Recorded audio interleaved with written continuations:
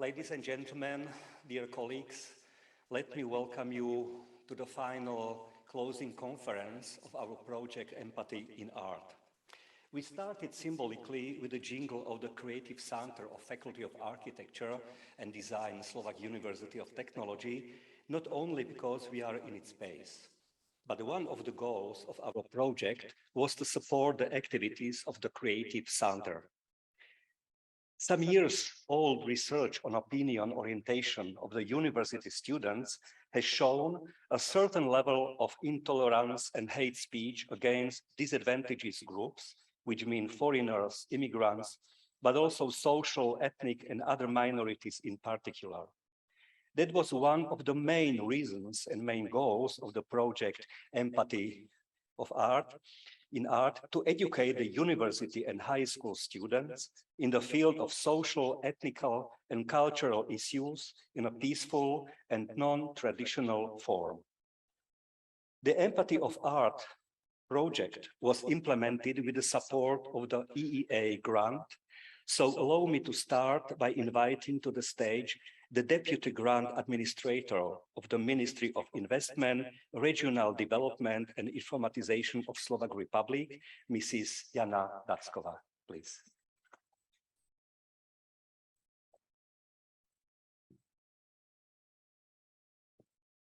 Thank you. Good afternoon to all of you, all of us. First, I would like to thank the Faculty of Architecture and Design of the Slovak Technical University for inviting me to the closing conference of the project Empathy in Art. As you know, and I'm sure you know, it was also mentioned already, the project has been implemented within the program Culture, supported by European Economic Area grants and the state budget of the Slovak Republic. I, as the representative of the Ministry of Investments, Regional Development and Informatization of the Slovak Republic, the program operator of the program Culture, I'm very happy to be here, as this is the closing conference of the first project within this program period. And it means we are slowly approaching the achievement of our goals and thus the successful completion of the program. Because success of the project is success of the program, and there is no other way. 3 years ago, within the call focused on support of contemporary arts and culture through support of audience development and the cultural players' capacity, the project Empathy in Art was selected as the first place project for awarding the grant.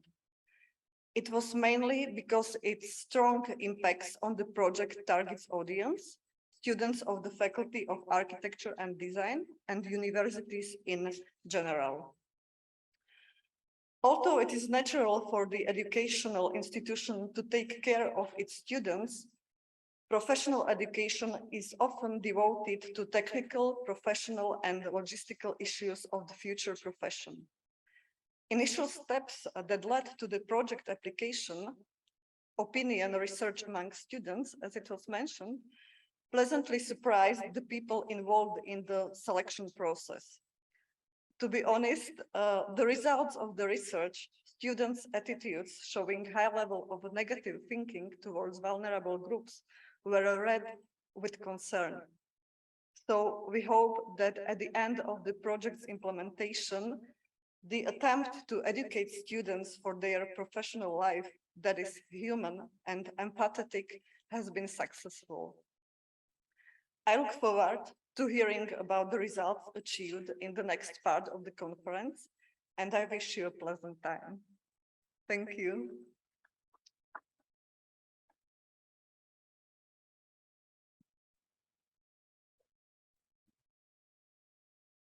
Thank you, Mrs. Datskova. Our project has originally two partners from Norway and Iceland. Unfortunately, one of them, the Iceland University of Arts, was not able to participate due to the pandemic COVID-19. But we are very glad that our second partner, the Bergen School of Architecture in Norway, with which we had excellent collaboration in frame of other projects, could participate in the project Empathy in Art 2 and was very active. Ladies and gentlemen, let me welcome the former Dean of the Bergen School of Architecture, Cecilia Andresson, which I hope is just online in Norway, and I would like to ask her for introduction speech. Thank you. I guess you hear me? Yes? Yes, we hear. Yes, perfect. So I will be back and speak also later in this presentation. So now I just really wish to commend our sincere appreciation that this project was initiated and that we were invited to join, because we had this beautiful already experience of working with your school in a previous project that in many ways also dealt with empathy. It dealt with the relation to animals, birds, the wildlife, and how people in gentle ways can coexist with other species and the living. And I think that can be an interesting starting point also for what I wanted to share now in this first session. And that was some comments from Chus Martinez, who is a female curator who is working, for instance, with the ocean space in a big cathedral in Venice. She talks about the importance of babbling with nature as a way to really understand, but on equal premises. And I think we need to really train and practice ways where we can engage with nature, with other species, with people of all kinds in a respectful way. And for really doing that, we need to find the equal terms. And in Chus Martinez's expression, that could be babbling. We translated it this summer in a workshop where we were dancing with salmons. And I really encourage you to do the same. It was very funny and very nice. But I think the importance of this is to give voice in order to learn, give voice to ourselves, but also to others, to create this ground of equal premise. And it is both about listening and it is about voicing. And I think this can ground a whole new experience of knowledge that is essential for architecture to create a grounding where art and architecture can contribute to our idea of empathy, care, and responsibility, both in society and for nature. And for that, I really appreciate this initiative of creating this beautiful project that gives this sense of awareness to our students and to our programs. So thank you very much.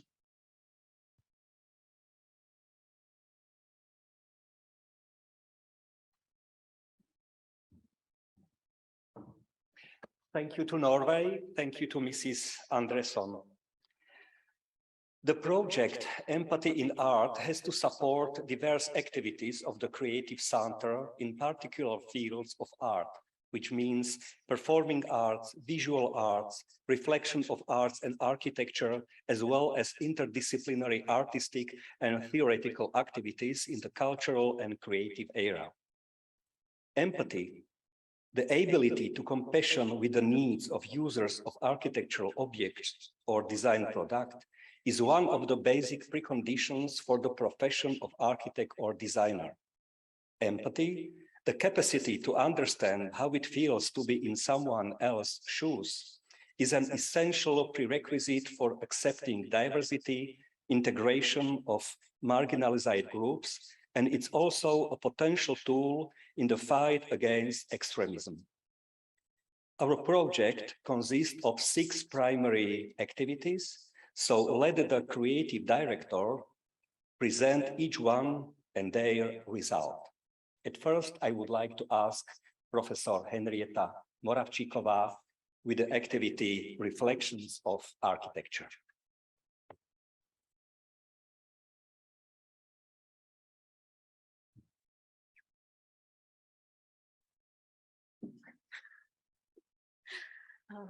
Hello, everybody. Good afternoon. I'm very pleased to stay here also with my colleagues, Maria and Cornelius, who helped me to organize and develop this activity. Our activity, Reflections on Architecture, is not really a new one. It originated already in 2016. And the idea behind it was to look and analyze the European architecture scene. Perhaps we can have a second, thank you, to analyze the European architecture scene and to reflect on it in a slightly different way than it is done by Architecture Press and the internet platform. From the very beginning, we've been focusing on local context, on the historical context, and also on a kind of, let's say, not star architects, but the average architectural production with all its interesting features and works. Our aim was to create maps of European architecture scenes. We started with neighboring countries and we tested our approach firstly on Slovakia and then on the neighboring countries. And we actually always focus on not only on the most important representatives of the contemporary architecture discussion, but also on the historical, let's say, architects that featured in the history and that they still are somehow inspirative also for the contemporary discussion. So our, let's say, third important goal was to create a platform for discussion among professionals and academia to support the dialogue between our students, public, and architects who are involved in all these processes in Slovakia, but abroad as well. Why we choose Norway? This was not only because of funding. There was a much complex reason for this. Because we learned from the history that our 2 countries have quite a lot of similarities in their development and history, and even in the first half of the 20th century. But what came after the 1950s, the developments are completely different. And I mean, the dynamics and diversity of the achievements of the Norwegian architecture scene in those 50 years and also today could be very inspirative for Slovak architects. So this was the reason why we chose Norway, and how the process was developed, Maria will tell you. Thank you. So let us introduce the process of selection of our 6 speakers in the Norwegian reflections on architecture. We chose architects who would represent a broad spectrum of architectural art discussion and strengthening this architectural art discussion between those 2 countries. The invitation was accepted by renowned architectural art studios of Snohetta and Lundhagen, by practicing architects Mantekula and 3RW architect, and by small studios which represents the alternative scene, which is Biotop and Rever and Drage. We have seen during those lectures Beate Holmebach, Espen Ralf, Einar Hagem, Jette Katrin Hopp, Martin Beverfjord, and Tormod Amundsen. And those architects show us architecture which covers those small and marginal projects which might develop small shelters to protect the people from the harsh weather, or protect the nature itself, heal the nature. We have seen projects which raised recyclation to aesthetic level of architecture. And we have seen different approaches in a public space, for example, in those very important projects of Snohetta, which was the Opera House in Oslo, and the library done by Lundhagen architects. Those 2 projects did not compete with each other; they complement each other. And thanks to those lecture series, we could understand these different approaches in scale, in program, and in the approach to architecture. The next step was working with the students on publication and writing, and this topic will be introduced by colleague Cornelius. Okay, well, now, dear members of the audience, you have the opportunity to understand how this project came about. It wasn't just something developed just for this project. It's something that's been going on for a while. And you've also had the opportunity now to understand why we chose the Norwegian Sea. So at the end of the lecture series, the students will get the opportunity to respond to each lecture individually, and they do this by writing a short critique. Now, the idea behind this critique, or in this case, a reflection, is to help the students develop a sense of critical thinking and give them an opportunity to practice verbalizing their thoughts. We encourage the students to write down their thoughts and opinions about architecture and about each project, not to introduce them or to force them into academic writing or academia per se, but it's to help them start giving structure to their thoughts and to understand how their own thought patterns work. Well, again, students are notoriously bad at asking questions. So the idea behind this project, therefore, is to have them write down their reflections to a lecture, or a piece of architecture, or a comment, or even philosophy by these speakers. And it's to get the students to engage in this dialogue and ask questions, so that they and us as the audience can actually learn something new. So as illustrated in the image behind us, this book is divided into 2 parts.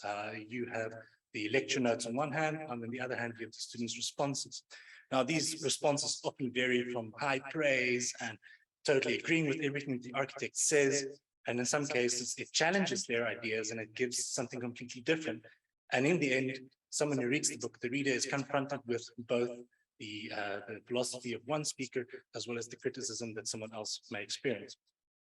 However, we do not only publish these lectures in books and print, we also have a dedicated YouTube channel that has all our lectures for the past few years.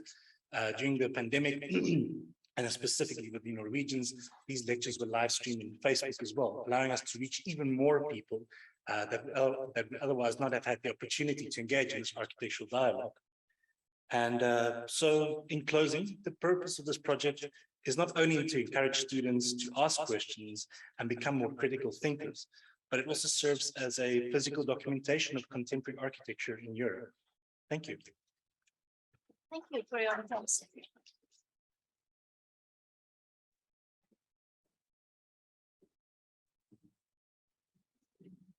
Thank you, Professor Moravčíková and your team.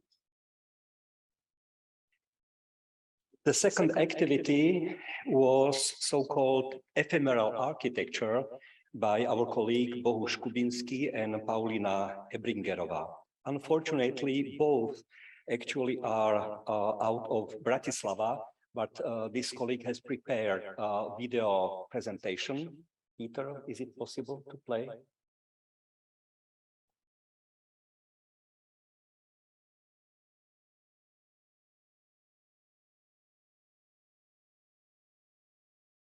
Okay. Hello, my name is Paulina Ebringerova and I'm one of the authors of the artwork Afloat. Our creative journey began at our subject ephemeral art, where we try, together with my colleague Bohuš Kubinský, to introduce students to current art trends in public space. From all the proposals, we selected the work of student Monika Moravčíková, which we created together. Hello, my name is Bohuš Kubinský.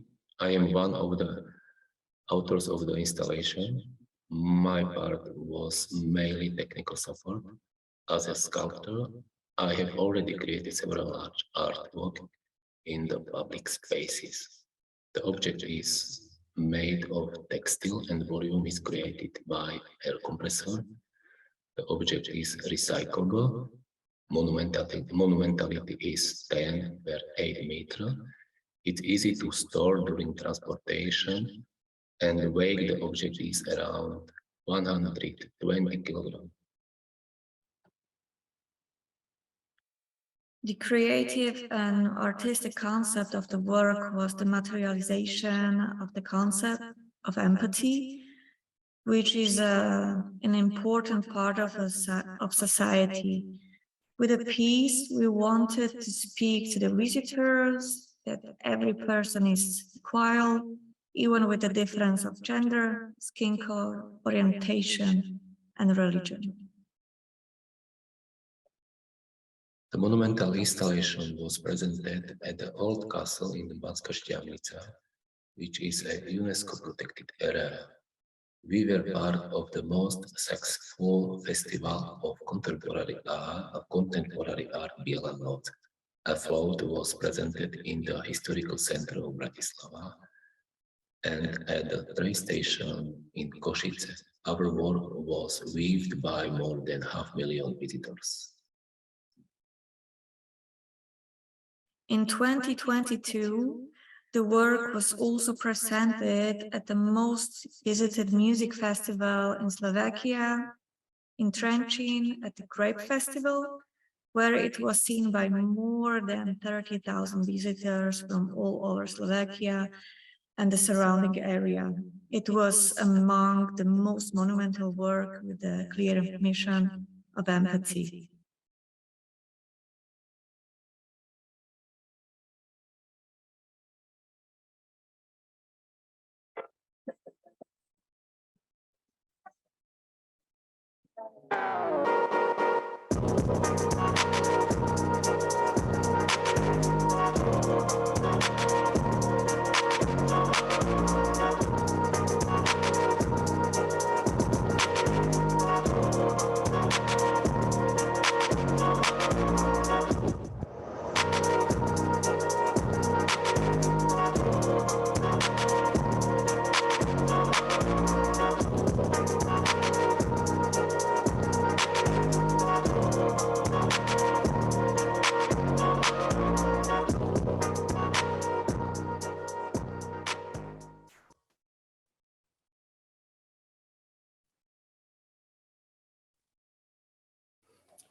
Hello, my name is Monika Moravčíková.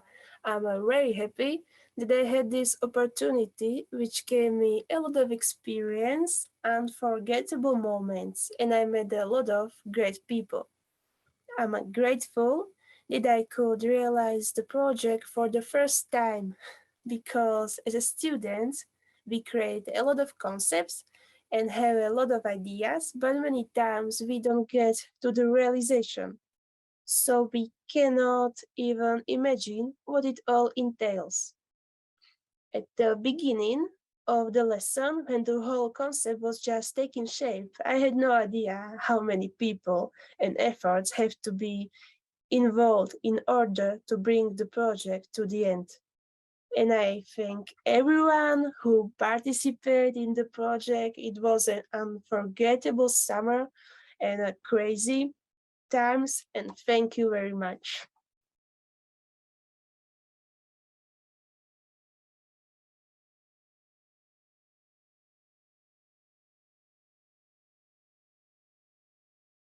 Professor Kubinski, and now I would like to ask my colleague, architect Peter Mazalan, the leader of the project Silent Generation, Decameron, please.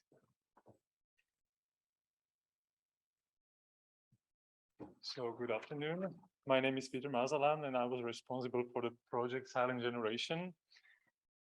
The Art of Aging, in general, is a title of a lot of artistic pieces nowadays. It aims at bringing the burning issue of our aging societies and the resulting challenges through innovative art creation. The project Silent Generation develops also this theme and offers new perspectives and approaches in the current multidisciplinary artistic discourse. The project consists of two parts. The first part was presented in 2021, and that was cooperation with seniors. The second part is the project, on the contrary, which works with the young generation and their view of old age. Today, later, we will be able to see the students' performance here in this old space. Decameron Silent Generation.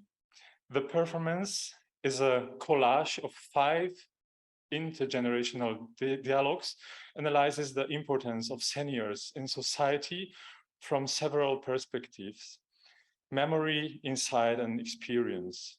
The concept of the production was created even before the pandemic, and actually this fact brought new layers of meaning to the final shape. In this project, I worked with a group of seniors. We can, sorry.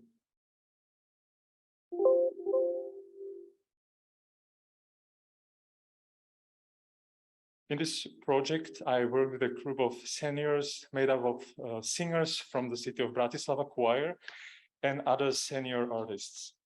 These persons used to dialogue with the younger generation. The production processed images from various well-known opera or musical dramatic works under the dramaturgical line of Boccaccio's Decameron. The project thus created a collage of functional interpersonal dialogues in which the moment of the life perspective of the older generation was strongly represented.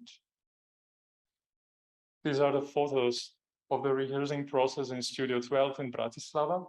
So the very important for me was the process of rehearsing this title with a real old people, with former singers.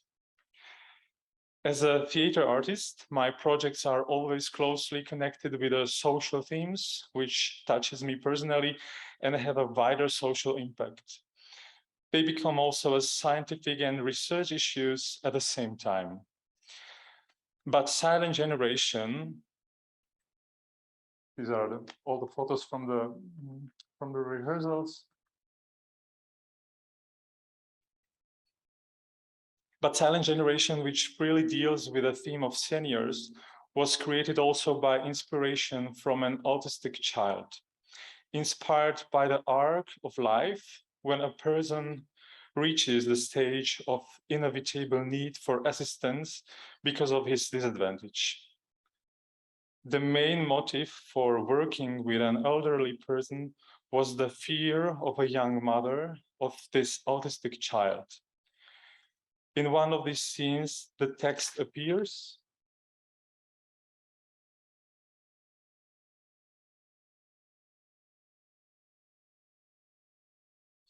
This is the mother with the autistic child. This is my sister and my godson. Sometimes, and my sister wrote a nice text. Sometimes as a mother, I dream that Felix, the son, my child, speaks to me because he's nonverbal. His voice sounds angelic. Felix is nonverbal autistic. Peter, tonight's director, is my brother and Felix's godfather. He convinced me that important topics need to be talked about repeatedly. I have fear again, not for myself, because of Felix. I often think about old age, not my age, but his. I'm worried. I fear my aging. I fear it even more in this country, in this social and political context. Later, a boy, a soprano, Francesco Machac, member of Bratislava Boy Choir, comes to the scene with my sister and Felix and sings a part from Fore's Requiem in Paradisum. This is the imaginary voice of an autistic boy that his mother sometimes hears in his dreams. The production is a kind of meeting of the choir of the people from which individual stories are performed gradually. Part of the members of the Bratislava City Choir performed in the project. The Renaissance literary model, Boccaccio's Decameron, inspired by Decameron, created reverse storytelling and framed the project primarily through its prologue. The realization of the project in Studio 12 brought the rare coincidence of meeting former colleagues working at this place during its operation as a recording studio. The reason why the project worked with seniors from a specific group was to emphasize singing as a scientific phenomenon. Why singing? Some research on group choral singing from the perspective of mental and physical health states that singing and synchronizing voice and breathing is beneficial not only for the psychological and social aspects of life, but also for the body. Group singing can also have therapeutic value for people with long-term health problems. Decameron started rehearsal in May 21, when the performers were in the collective for the first time after the lockdown series. There was a singing and rehearsing, and everyone was really happy. The concept of the production was created even before the pandemic. It brought new layers of meaning to the resulting shape. The project thus fulfilled its goals more than planned, and thus satisfied even more the fields in the grant boxes, which like the word inclusion.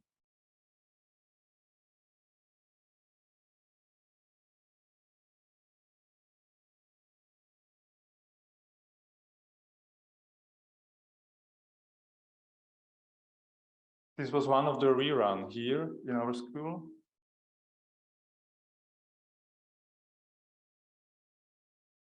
And today, we're going to see this second part of the performance with a young generation thinking about the aging process.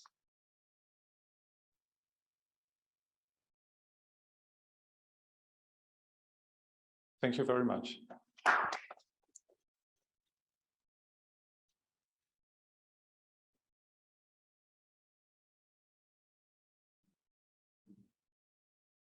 Thank you, Peter. Our fourth activity. Can we prepare presentation?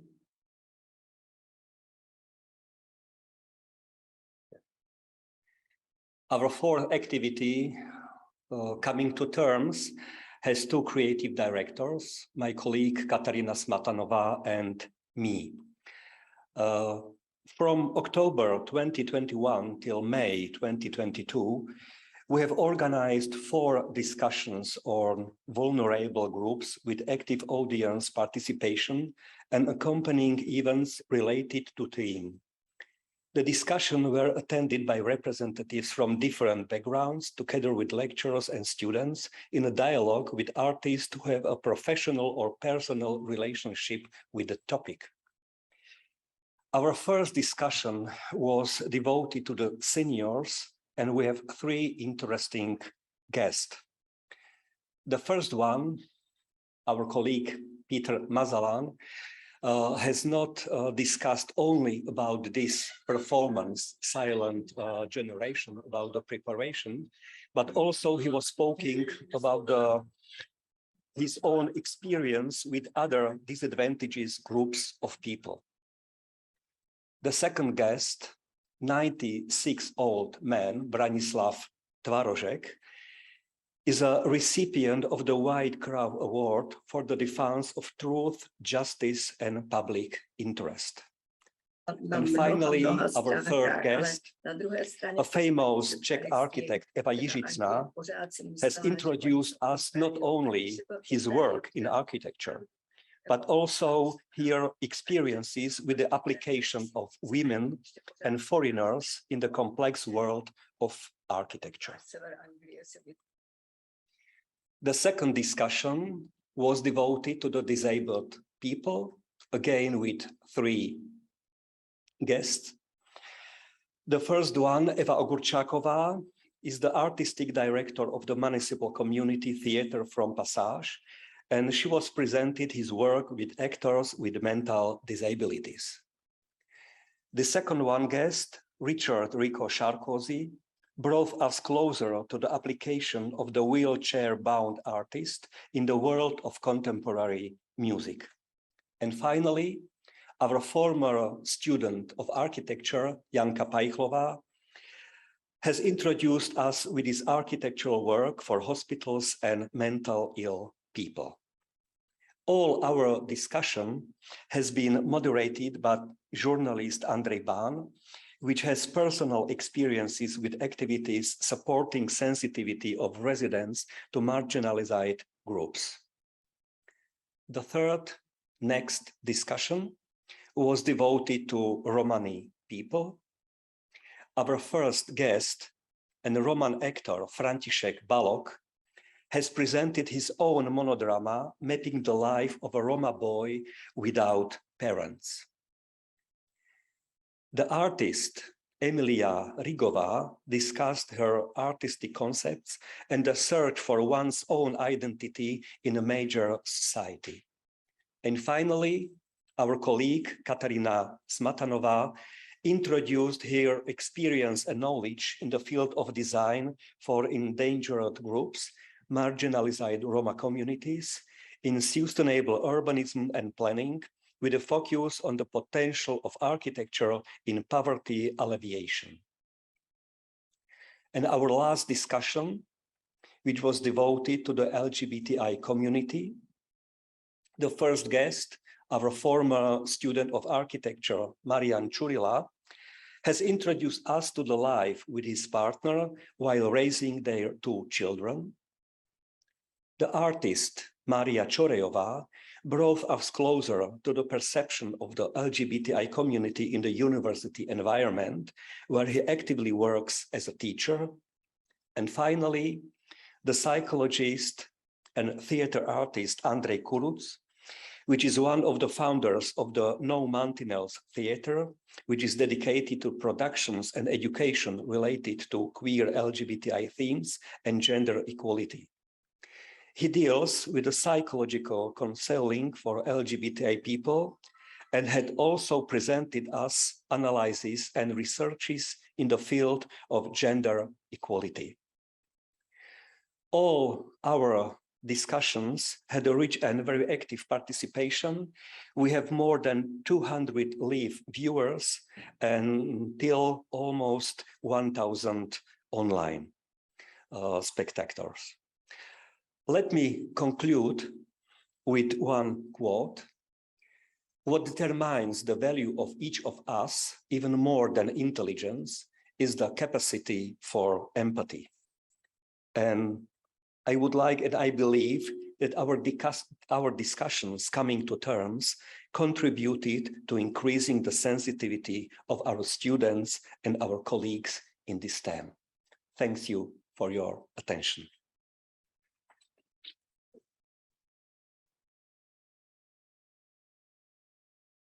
Now I would like to ask, I think, Martin Mjartan with his activity.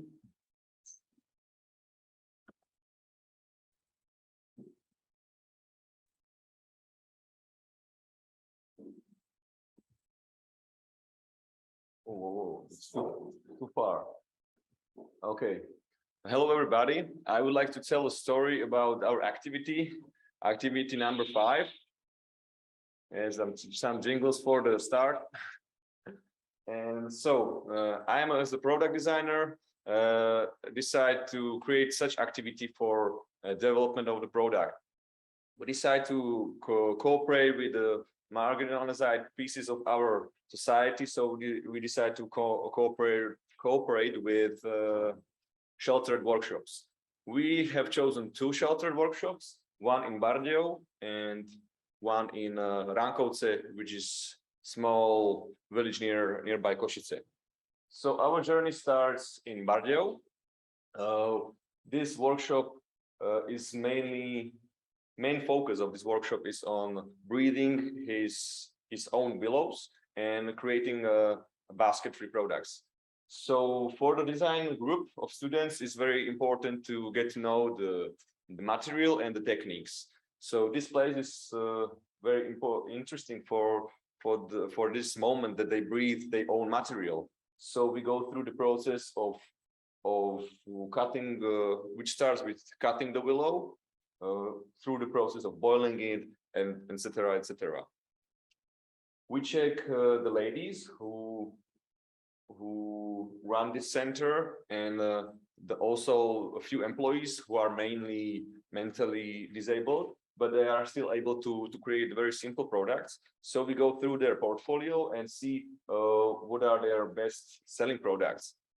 The main goal of this, or the main task of this workshop, was to enrich the portfolio of both those sheltered workshops. So we go and see the abilities of the workshop, and then our journey continued to Košice, where we visited this small workshop, and Romani Sub ladies who do mostly sewing products, and they working mostly with hemp fabric, because there's a region was in past was rich for the fabric manufacturing or making the fabric from hemp. So it's still full of this material. And we also recognize what kind of products they are able to create.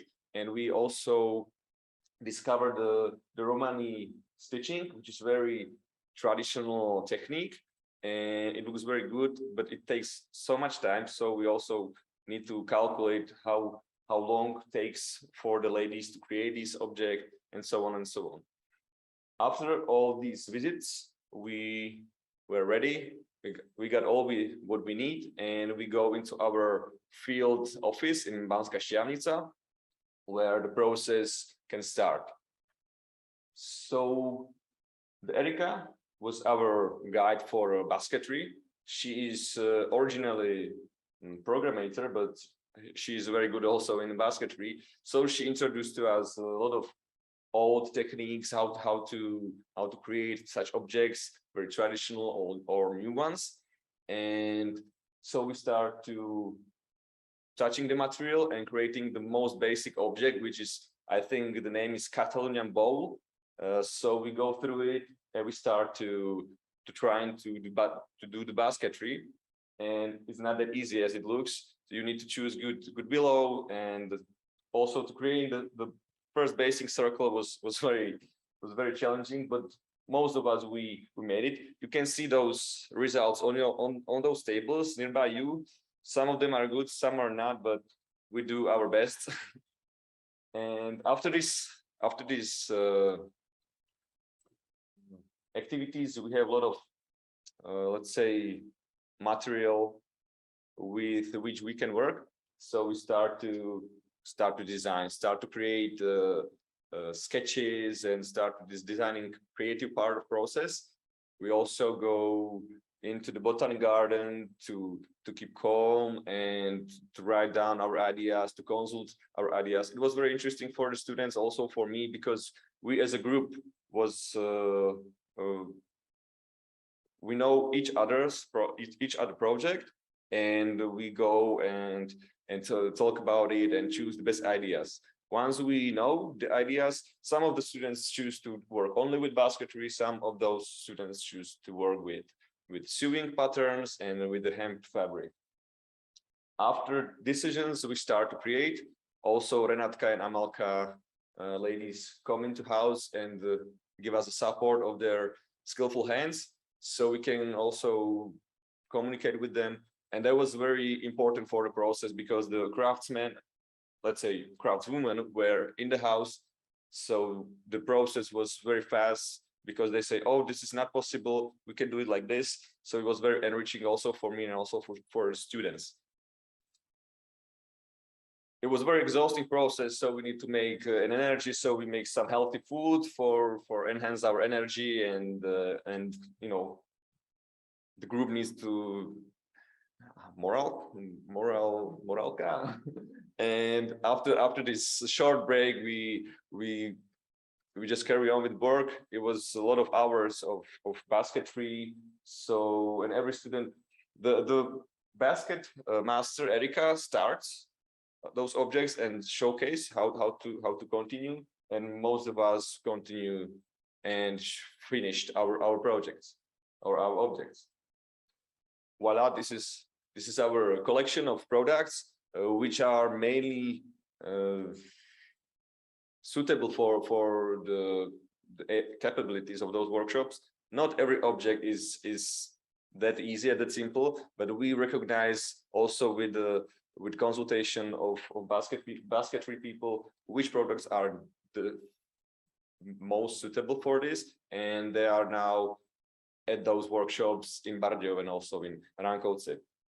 So if you are also interested in this, you can see most of those products here at a small exhibition, and you can ask us how it goes. And I would like to thank you for this journey and for this activity, and also for the funding, and maybe looking forward for the next projects. So thank you very much.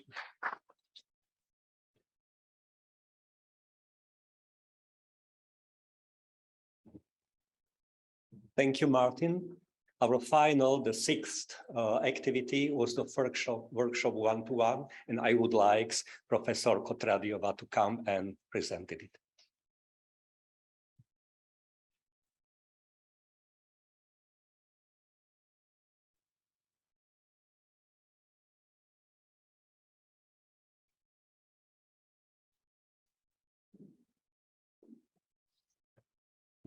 Thank you for introducing me. So our activity was, I think so in the timeline, the last one, but actually it has a name, number 4, which is my favorite number, by the way. And it was big adventure as well. Also, like by the other activities, I'm also very much enthusiastic about the others. Now I have seen them like complex works, and it was a lot of good projects done. So our was we gave it a name Community Kitchen, and it was cooperation with Bergen School of Architecture, which was based also on the cooperation 6 years ago on Duna bird watching. And we had already cooperation in the time and a lot of experiences together, and we took a lot of knowledge from that. And I tried to avoid the mistakes that I did by this project and to base on this know-how that we had already. The topic of kitchen was brought from Bas, namely from Cecily. She proposed that. And first we had to address the topic of homelessness, but also refugees topic is sort of homelessness as well. And the topic of cooking together matched to the field of empathy in art or empathy in architecture. And we tried to design then some space for common meeting and for normal life, even in abnormal conditions. And there was also the idea to build a pizza oven, which was later the biggest challenge of the project. And we also cooperated at the beginning with NGO Human in Need, and they gave us the information where we should build such a kind of object. And Gabčíkovo is the biggest refugee facilities in Slovakia. And by the chance, it was closer to Bratislava, and also I knew the owners of the of the complex. So it was possible very quickly to develop a project and also to implement it. Development phase took in June 2020, and it was in hybrid form, made workshop, one in Slovakia and one in Bergen. We had online meetings together, discussing, brainstorming. It was very demanding in this hybrid form, and we use available tools like Miro, and we were designing something here, they were designing something there, then we were matching and discussing. It was how it was looking in our space, our students and colleagues, and it was looking our Miro board. Then it was selected the concept that was doable in such a short time. And we also went to Gabčíkovo first time, where we have met migration office and NGOs. They were not so much enthusiastic about us, I have to say. They were very, very opposite, I would say. They said that it's not worth it to make. And of course, because they are there already more than half a year, and they have seen how problematic it is also because of the relation of many subjects that are there in legislative point of view. So it was looking like a really big task, but somehow it have developed for us in a positive way later. So this was the plot that owners of the object have selected for us. It was right in front of the entrance to the dormitory, let's say. And this is how the object looks like inside. So you see it's a very institutional design. And in this object, there are 1,000 people and 300 are children, which are mostly without school or some other care. So they are all the time outside or somewhere on the corridors, most of the time. But there are NGOs that are doing with them activities, but they are overwhelmed and they cannot help to all the kids that are still not placed in some school facilities. On the right side, how the kitchen look like, or the canteen. So they have institutionalized food, and we also tasted it when we were later there. So we were part of this. And the kitchen that we built later had to serve like something like alternative, something normal, something they can do on themselves. This was the winning design. It was just the sketch, and it was necessary to develop it into the real drawings, which was really very short time for that. And these were the first visualizations and how it is placed on the plot. We didn't want to make a normal legislation process with the building permission, so we used the possibility to have the object not bigger than 25 square meters to have just announcement of the building. Which have happened thanks to the owners very quickly. We got it in 2 weeks or something like that. And I will speak later about material. So these are all the professional drawings of colleague Lukáš and Roman Gatiaš, and they have made what was possible in such a short time. And later it was looking also more professional, and it was possible to start to work with it further to have the realization process, the building process. This was the motivation visualization, let's say. We were working with this to get people involved in that and to communicate it also with the community. Because it was the biggest question, how to address it to the inhabitants of the facility. And they didn't know if this is going to happen for them or it will be some commercial object. So we had to communicate it most of the time. The communication was the biggest problem there, because even when we have communicated with the local NGOs and with the owners and so on, so anyway, it was not coming to the right channel of communication. So it was necessary to repeat it all the time the same, that it will be the community object for all. So the building phase happened then in July. We started in the middle of July and continue 2 weeks until end of July. It was necessary to make some preparation works, also to have the concrete foundation. So they were hired the professionals, and we started with the oven. Many children were all the time around. It was the biggest challenge, how to entertain, how to speak with the children, because of course they didn't speak English and only Russian or Ukrainian. And we had, by the way, one Norwegian student that was half Ukrainian, so she was doing a lot of communication work, and children wanted to participate since beginning, because there is no playground. So we have realized immediately that the children will be the biggest topic, and we didn't know that we are actually building the children playground. Even when it should be the kitchen, because I don't know when the playground will be built. I know it's on the plan there, but it's still not there. So children are using it for playing. So this was how the building process was going on. It was extremely hot in the time, more than 35 degrees. So my big thank to everybody that have survived directly on the site, directly on the sun. And we got help from professional, from company Ligno, Peter Frečka, that helped us to develop this scheme for CNC processing of the beams. Without this help, it would be not possible to build it in such a short time. So we got something like, I don't know what in English, but they have delivered us, as you see on this picture, the beams that had already joints processed on CNC milling machines. So we could collect it together much quicker than if we would build everything on the site. So this was the erecting of the beams. You can see there are the many girls, and we did it really with female power mostly, let's say.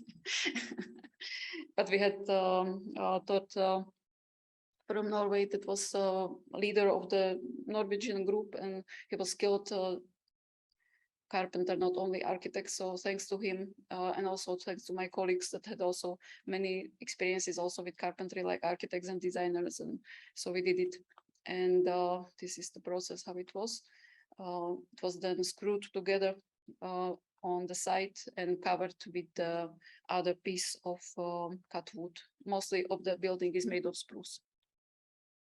And the wood is from Russia. Some of that.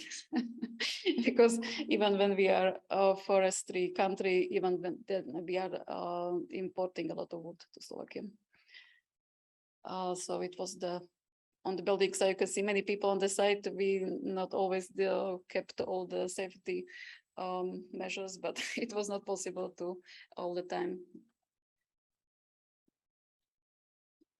Body stormings and brainstorming directly. It was many of the details has to be developed directly on the site because it was very short time, and we were simply learning by doing and designing by doing, let's say. So it was really very organic process where one group was ending and the other group was continuing. We had also meeting with media. There was Markiza television and also our broadcasting. So we got also media attention. It was in the end of the July, so we were interesting in that time. And it was not finished. It was something like Day of Open Doors, but it was good that we have met, that we have shown that we are doing something like that. And in that day, we also did first testing of the pizza oven, and it was working well. Unfortunately, the chimney, even when it's working, but it was necessary later to rebuild him, but he looks the same, just it was necessary to make some adjustment to our Slovak law, but now it is working. And we had very nice event in that time, and it was saying goodbye to Norwegian group, and then we have continued only with the Slovak team. And in that moment also contributed new colleagues, so it was new power, new energy to continue. And so the children were really all the time with us, and they also they were building some own structures, and I think so many of them started to be interested in architecture and design profession. This is also very nice interface. The guy on the right side is a Ukrainian worker that is working somewhere else on some building site. But after his work, he came to help us, and he was really very professional. He helped us maybe 3 or 4 evenings, also with another colleague. Also, this guy is local. He lives nearby on the opposite side of the road. He came and he participated. It also helped us to paint, to brush, and so on.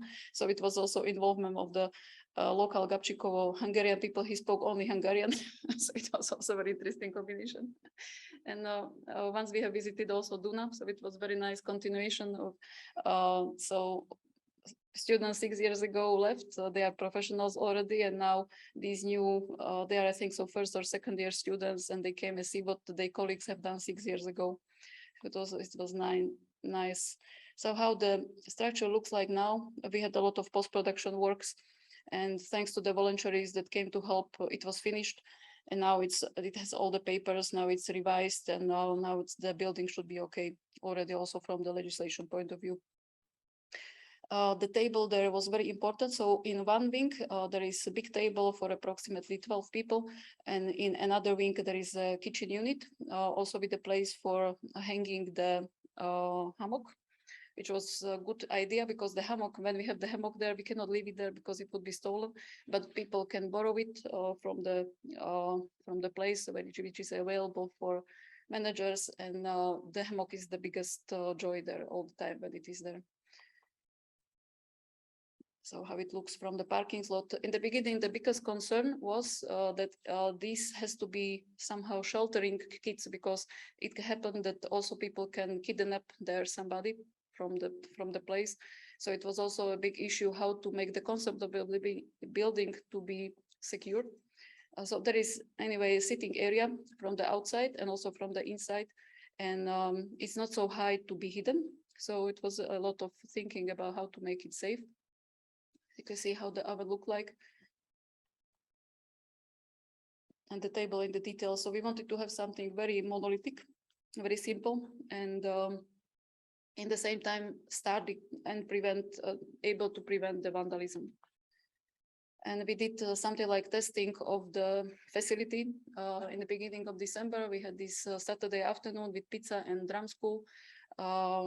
We sponsored the pizza, and kids were very early participating the way they wanted to do pizza on themselves. And there were also meeting of all the target groups together. And we have seen that the work has some meaning, and it can work. I think so Martinius will speak about this later with by his presentation. So there are some pictures from this event. Conclusion: understanding of social inclusion was happening there directly on the site. We have met the needs of children and adults that have lost home, and I cannot imagine to live like that, like they have to live. Of course, they have much better condition, like some Syrian refugees in Turkey. So I'm sure that this is much better what they can have. But anyway, they are having small rooms where there are sometimes even more families together, and institutionalized food, and very small availability of work, of jobs. So it's a very complicated, very complex topic, which I didn't know when I started this activity. And we were dealing with different approaches to humanity or empathy. And we were also substituting something like social workers job, which we are not skilled in. And it would be really good if our students also in the school could somehow have this experience to do really social work with some guidance of some professionals, because it's really a lot of know-how that man has to know if he want to work with vulnerable or marginalized groups. We are just designers or architects, and we should have more social skills. So these kind of activities are really good for improving or widening them. And for me, was the biggest challenge how to somehow deal with the good things that you think when you do something good for the others, so you should expect something like thankfulness, but you don't get it. So, and even the opposite, because my telephone was stolen on one of these actions. So this was really for me a big challenge, how to deal with social architecture and design. And social interaction and cultural exchange was happening every day there. And as I said, the children involvement. So on such a places, man needs to really work with children also in some professional way. I think so. This is the last one. So it was how it is looking, that it is something like community space. It's improving public space. So I think so we did a good project for this. Time will verify it. And also, of course, it is what we were all the time facing was the children are climbing on the roof. So we simply cannot do nothing with that. But just hope that it's not allowed. It's written everything, but anyway they do. So they need really something to climb in, some professional one. Then done. We have improved all our technical skills, handling with tools and machines, learning by doing one-to-one contact with scenes in technique. And also what was challenged, like I said, was this pizza oven. So we were building also with ceramic materials and with plasters and so on. It was also enriching the students. So thank you for your attention, and also thank you for to my colleagues for the support. Here is the list of them. We have met most with them also by Duna Birdwatching project, but we have had my colleague Dusan Kočlik, which was my big support. And I thank also to Juraj Palčula, he was amazing project manager. Without his support, I wouldn't have done it in such a short time. And thank you, Bas, for a big contribution by that. So thank you once more.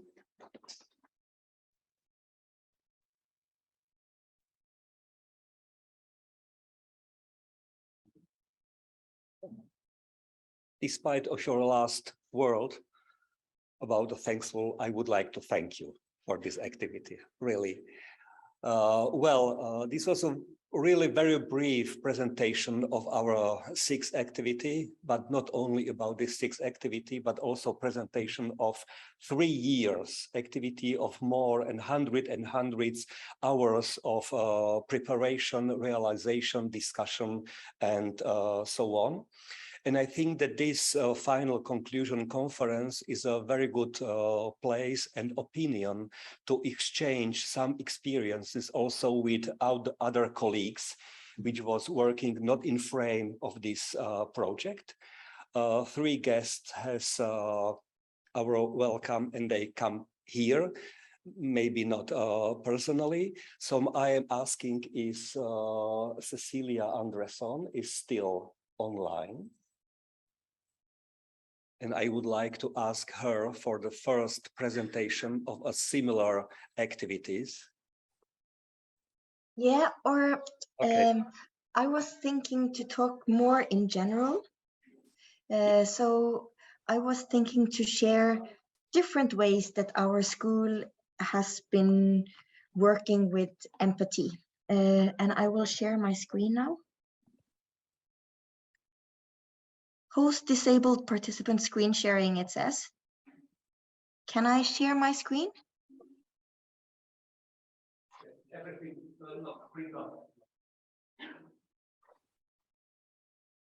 Can I share my screen and share the presentation?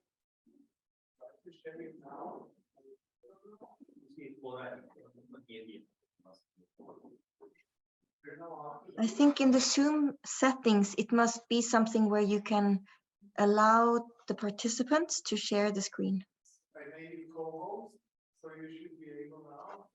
Should be able now? Okay, I try again. Yes, I can. So here you see my screen. Yes. And now I start from the beginning. And I guess I can take this away. So, whoops. So I would like to share with you our different ways of practicing this. I will see if I can move this one as well. Or anyway, it says situating empathic practice at Bergen School of Architecture. And as you see, we are located in a very old fodder factory in a very nice area by the sea. And we are like the big elephant in the room. So it's very difficult to hide. And we are seen as a very ugly building. So being an architect school in a very ugly building, we already have to be very humble. And therefore, and maybe not only therefore, but at least we have a big engagement when it comes to how we can deal with our neighborhood and how we can deal with our community. And now I try to,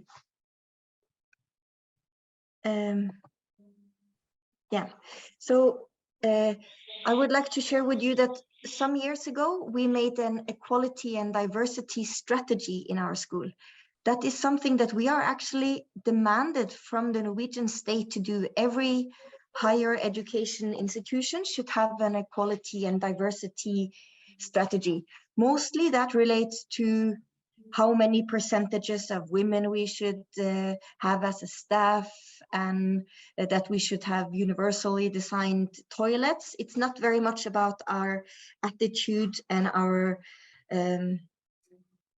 actions. So we try to set up a diverse group of students with all kind of impairments, some that have writing and reading disabilities, some coming from other cultures, some being poor, others, yes, with a big variation and being with a big engagement to create the terms for equality and diversity, both in the framework of the school, but also in the way we engage with society. And this one I would like to share with you or with the school afterwards if you are interested.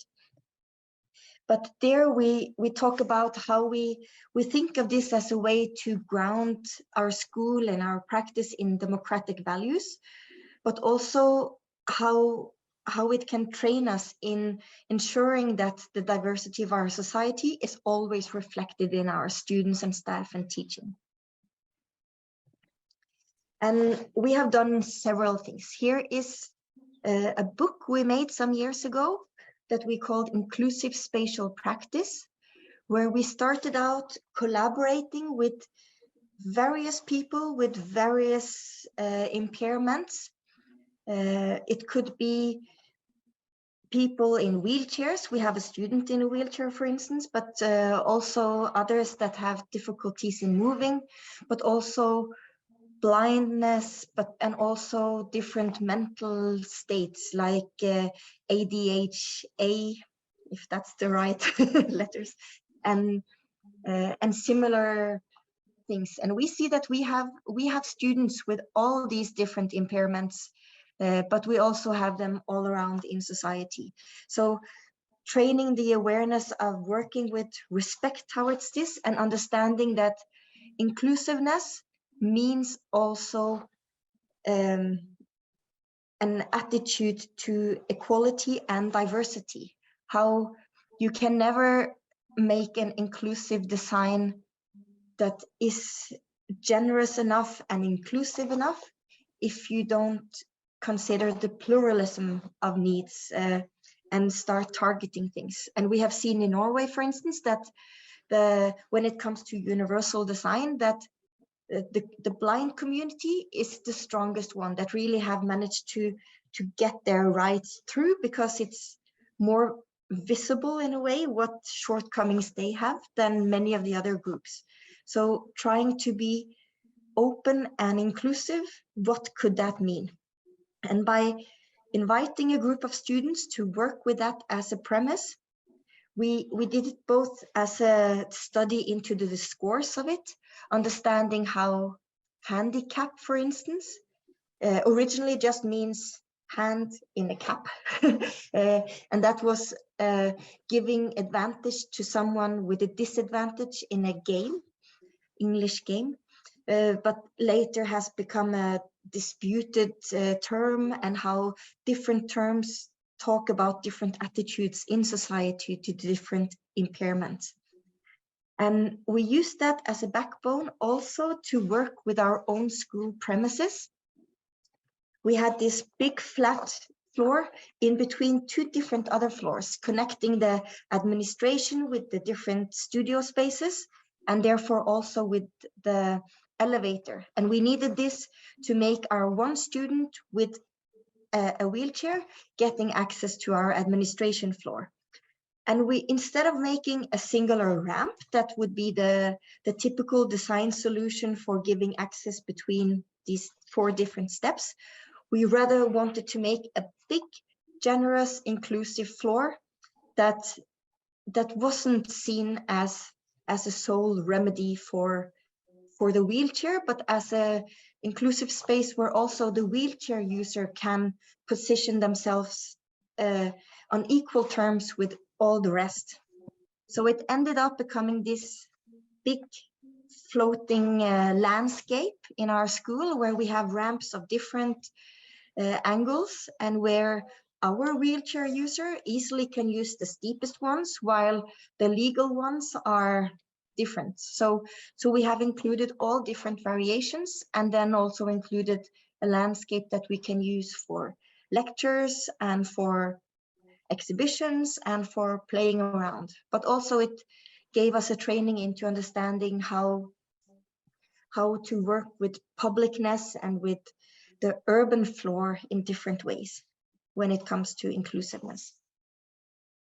Here you see again our location and how we are situated in between several different actors relating to the sea, the Norwegian Fishery Museum, and a laboratory facility, but also a lot of different salmon trade actors. So 1/3 of all the salmon sold on the world market is traded from this tiny little harbor. And it, of course, also gives us a commitment to the sea, because that salmon trade is a very dirty one. And we have used that when we worked with the ocean and with different ways to engage the sea. And then also referring to this Tus Martinez that I mentioned in the introduction, asking us how we can use our empathy to argue for a new architecture, and advocating that we need the coexistence generated by our awareness and our engagement, true engagement with other species and with other habitats and with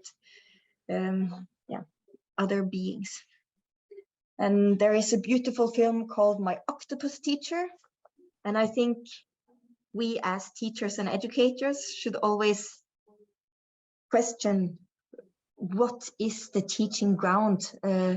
And I think engagement and co-design is a very good grounding of empathy.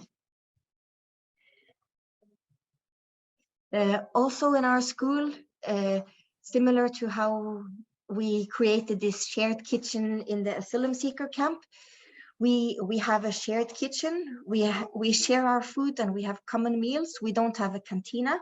So making food and sharing food is a different act than buying things in a cantina. Also, we try to be very conscious that we as a school can also be a host for others. Here we have invited for a contemporary music festival that was hosted in the school building in all our different spaces. And this was a 2-day event, also inviting children. So it was all free concerts. And when we host something, we always do it for free. So it becomes a generosity act that also allows the players and the concerts and the exhibitions to provide culture free of charge, and therefore also to be an inclusive cultural house in a different way than bringing in economy in this. This piece was also a piece where they used the big blue and the big yellow object. They are both instruments that are usually played or placed in the public space, but that was now played on both by these musicians and by the children in a play that was raising awareness on the melting of the ice. So it had to do with the temperatures rising and the glaciers melting, but then also giving the optimism to the children that they could overrule the sound of the melting ice with their hands and their actions and their drumming. Also, we use our school premises to work with as a building site. Here we're making a playing tool for a playground in the neighborhood. It was a very neglected playground that we upgraded, and we did that with a lot of different natural materials that we also got in different ways. We have this agreement with the municipality that every time there is a winter storm and the trees blow down on the streets, they will bring those trees to us and we can use them in different projects. Here is another project where we made a small cabin on the mountain for children's families to allow children to get the benefit of recreation in nature, and where we also use that as an experiment for us as architects to understand how to treat the wood in different ways, not using paint or other chemicals, but using just the burning as a technique for treating the wood. Here you see we have our own sawmill that was given to us by the county to promote a more grounded way of building with trees, and we are using the trees that we get from the municipality, so it's a good deal for us. And then of course we use these trees to do projects that are not seen as charity projects, but we always build for the common good. That's our limitation, that we always want to expose our students for building, and we never use private clients, but the public and different groups that have special needs. Here we have made the cabin as a sleepover cottage to provide connection to nature for children and families in a poor area. But also we like to work with bigger scales. Here we're working with a difficult area, both when it comes to traffic, parting the different habitation areas, but also a lot of vulnerable people living in this area, and then how to enhance qualities of diversity and inclusiveness in bigger scales. And here we work with the city architect. So our engagement in many of these cases can help also put light on different angles of approach. And when you have 30 students, you can do a lot of interviews and a lot of engagement with communities that other stakeholders would maybe not be able to afford. So our investment is the investment of engagement. And also we have done building projects in other countries. Here we've done one in Mozambique, where we made a nursery home for homeless children. And also we like to work with our heritage and with neglected buildings. And those neglected buildings are also very often paired with neglected people that are inhabiting them. Also, we have a long-standing collaboration with our university hospital, where we have collaborated on understanding how to work with health and well-being and inclusiveness as parameters, because they very often have those parameters of efficiency, and then we can contribute with other focuses that broadens the fields and talk more about also the benefit of the mind. And so we have worked with, for instance, pathfinding for the children's hospital. We have worked with different interior aspects. We have worked with different things when it comes to the hospital. One of the later projects we've done is together with a collective of disabled artists in Köln in Germany. And they are extremely professional and good artists, but they have difficulties coping with an everyday life. They need to maybe get told when to eat and drink, but they make fantastic art. And during the COVID period, we had a shared master course where we every week had this shared design process, planning and projecting a new Kunsthaus for them in a new development area. And it was a beautiful process of really looking and staring into the screen together and developing a project. We had this dream room and then reflecting on each other's proposals, and we were always given feedback in the form of a creative answer and response and a feedback from these artists.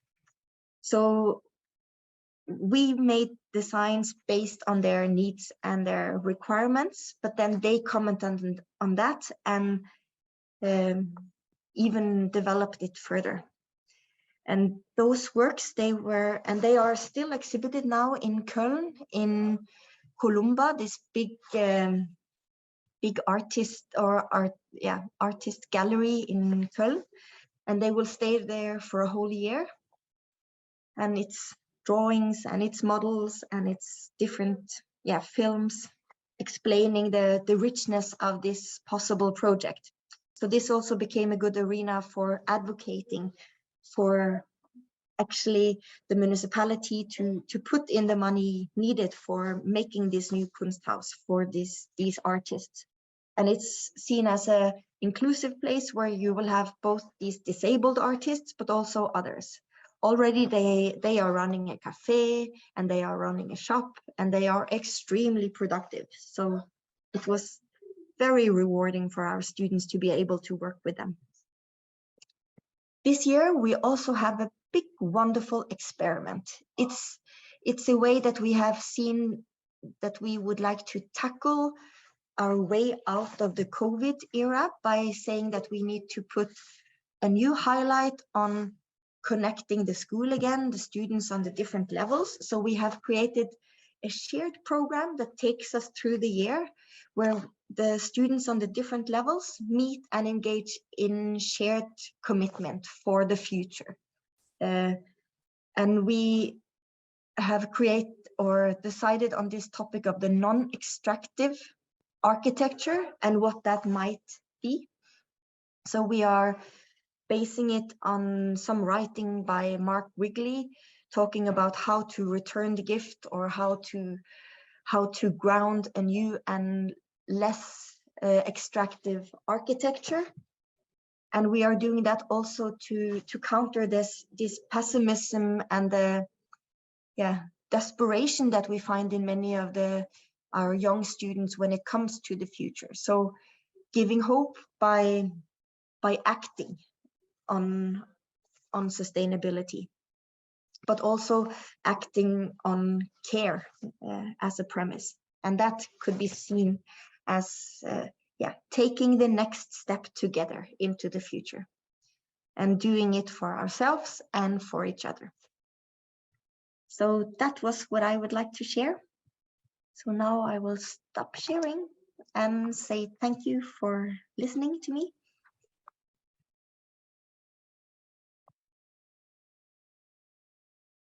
Thank you, Cecilia. And now our second guest, I think, is from Vienna. I hope he is online with a pizza project. Okay? Yes, I'm here. So, Okay, so I'm trying to get here. So, yes. So I should start already, and you can all hear me. So that's great. So Veronica has the pictures because of the technical problems. So okay. So overall, I'm very sorry not to be in Bratislava at the moment. That was a mistake I did with appointments this week. So I say hello to everyone today from Czech Republic. Yeah. So, and actually, I have to admit, when I was preparing now for giving you some thoughts about the project, the community kitchen in Gabčíkovo, where we participated, that I think we had been the ones who participated very little. So because we only made pizza and that one day. Of course, now I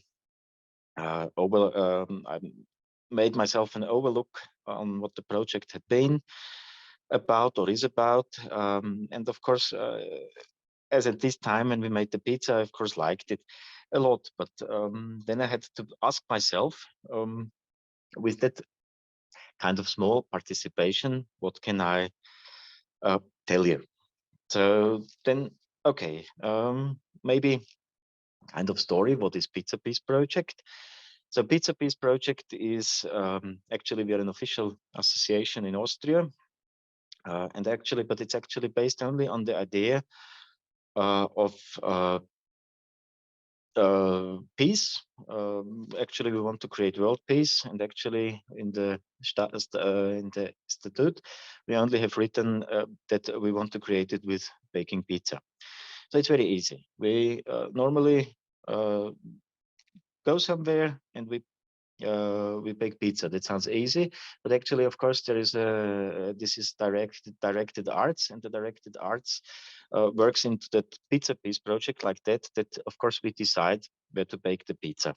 So it makes a difference if you do it in Gabčíkovo or wherever. Yeah. So and then, of course, also the situation leads into, or in talks, controversial talks, or just in, as it happened, that's the best thing can happen, I think, so in Gabčíkova, into a kind of party for children who are really happy to have some pizza. So that was actually, that's one of the parts why we do it, why we do this, why we created this Pizza Peace project. Actually, I was quite interested also in the name of the project. That means empathy, empathy and arts. So this was very interesting, and I made a fast Google research about it. And this Google research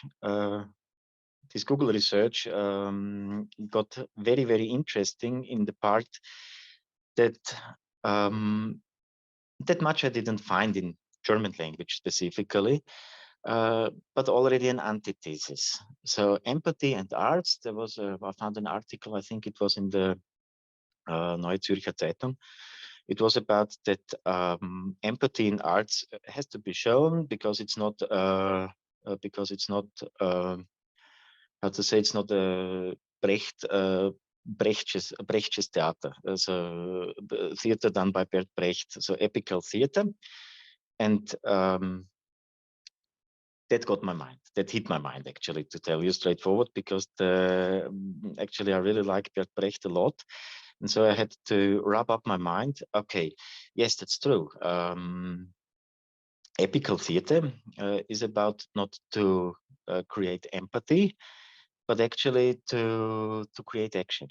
So in Brecht, that was actually programmed, even that kind of specific theater. He invented the epical theater, that it should not create empathy with the actors or the roles even, but lead the audience in the feeling that they want to get out of the theater and they want to do some action. So, okay. In that part, I started to think about, okay, this is very interesting, because actually this is also kind of what Pizza Peace Project wants. We want to, without doing a lot, or without only with starting democratical conversations and discussions, we want to get the people to do something, and that's about our way is the pizza. And in the epical theater, it's the play specifically. And then I got to the thought that, is it necessary? Is empathy by the art producer necessary to create empathy? And this question, I couldn't answer it, because actually I come to the point that actually empathy is anyhow to find. And actually I found one problem in my thoughts, that was about the empathy and the sympathy.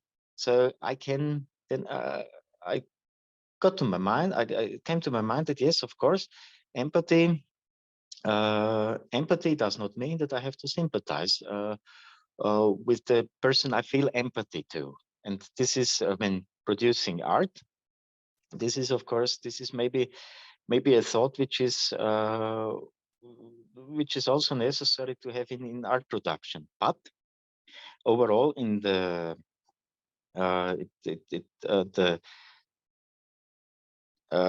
overall, it comes to the point that anyhow, even if you have these things in mind, there will be, if you put the content that way, you will get out an empathic production.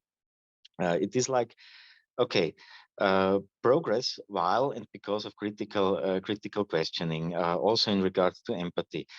I want to bring a radical example and then go to some examples I can bring out of my past history, of my history of art productions. So imagine like this: I can understand, or I'm able to understand why Donald Trump is doing the things he's doing. So maybe it's because he's an old He's an old man.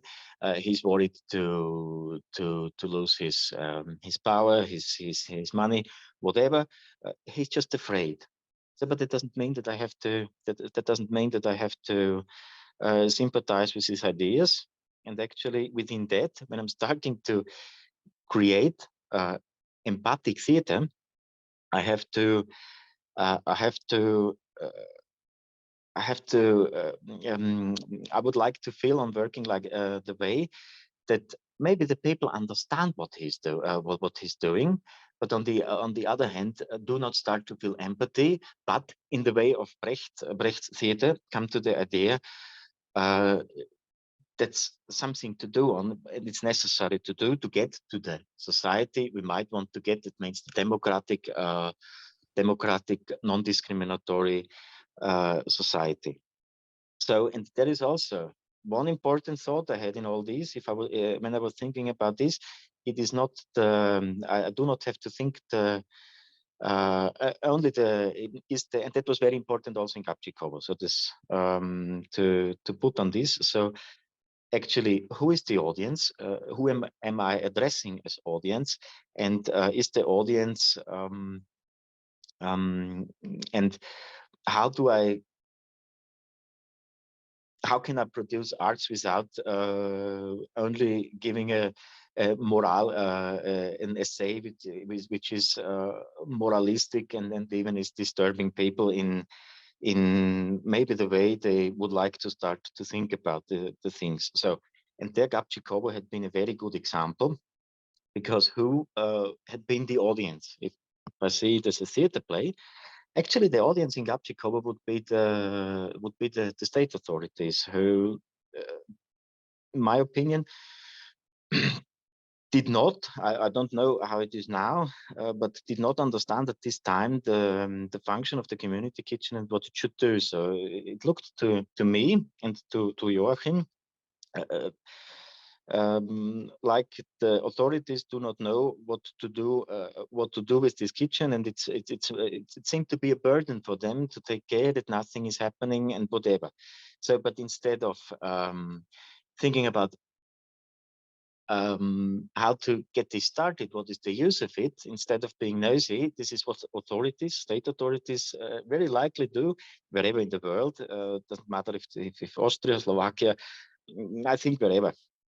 They just start to put it down. So they start with regulations, and these regulations lead into that the people, even there in Gabčíkovo, do not come to idea to use the kitchen the way it is addressed to use from you as the architects. And so this is even how then at the end we Pizza Piece project understood the action of the pizza we did there, and the musician and all the people around there who helped us, that the address is actually the at the state authorities, to show them, hey, it's very easy going. It's not that difficult. We have to, and if there are some things to solve which they're afraid of, it's better to talk about it and to solve the things, but to stop doing the things. So.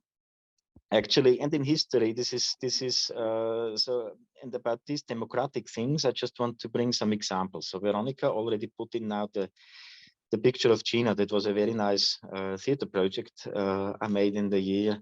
Oh, that was from 2012 to 2016 overall. It won the third prize at the Vienna Innovationspreis in 2014. Yeah. Can you speak also to the other projects? We have the pictures there, but we Yes, are running out of time. So if you yes, can, I will yes, I'm start from starting the with beginning Gina. and have some 5 minutes more. Yes, that's great. I'm starting with Gina, and I will go through it fastly now, just in the red line of what I had been talking now. So that's Gina, and actually this was a project done with mental people with mental diseases, psychiatric diseases, even multiple handicapped actors, and it was about how to get them on stage, and how to get them expressing their own feelings, and how to get them to produce their own theater play which I only tried to direct best way possible. And actually, at the beginning, I had been quite worried that it won't work out, but at the end, it worked out great. So at the end, what you see here in 2014, then we won the third prize of the Innovationspreis. We won because the clients went there, and the room and the light they felt in after already a year of work or 2 years of work we did already with them. And at that day, that was to play in front of a jury. And they just disliked the light, and it reminded them on the hospital treatments 20 years ago when they had been mistreated in hospitals. It just came to me and said, "Hey, this is remembering us." Some clients came here. I'm remembered of that hospital scene. So what should I do now here? And I told them, "Hey, well, go there and tell it to the jury what you think and what you feel." So they went there. It was completely. I'm sorry, Martin, but we really have not time. Sorry, really. But I have to stop you. Sorry. Okay, I am very sorry, but I would like to have a time for our last guest, our former students of architecture. I hope that the name of your organization creators in the town, is it okay? Okay, Jan Urban and his colleague, please make your final presentation.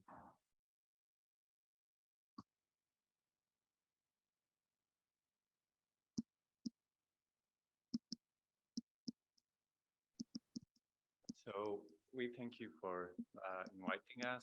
And I would like to introduce to you Terka Kiselova.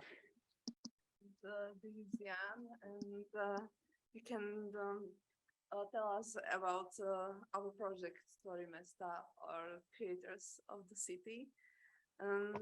We talk with children about city and public space and how to can recreate them. And now Jan will tell you about our beginning and activities. Okay. So the idea of the project was that we would like to empower the kids in the town to make them more able to understand and to act in the public space and in the city as a complex structure and systems.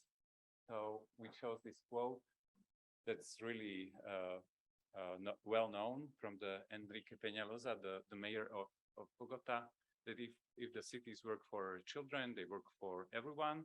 And there is also a quote that the children are like salmons, they indicate the quality of water. So that's something that is in connection with Norway, perhaps. So this picture is that we work sometimes a bit chaotically, but yeah, let's wrap up what we did. So that the first program that we did was extracurricular course for kids from a school club in Petržalka, in one of the biggest housing estates in the Middle and Eastern Europe. And it was a normal school, normal state-run school. And we met every other Wednesday or Tuesday in a public library to talk with them about different layers of town. We invited experts. So on these pictures, you can see a hydrobiologist showing some creatures living in the canal, flowing next by the school. So that the kids could understand that the landscape or the city is part of landscape, or the landscape was the first, and we invaded the landscape, and now we should live together somehow. The other expert on the picture with the kids pointing with his finger is Martin Kleibo. He's a local hero and an expert about the public space and public art in Petržalka. So the idea of empathy comes here, but it was in the first pictures as well. I think that we should emphasize with all the people, all the needs of people, and this was the topic on this meeting.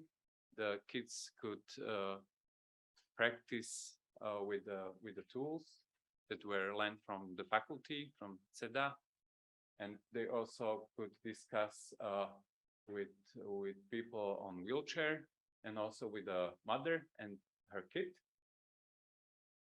So what we also did was placemaking tools for analyzing the space. These are some examples. The kids were led blindfolded by a rope, and they should experience the place with other senses, not just with the dominant one with eyes.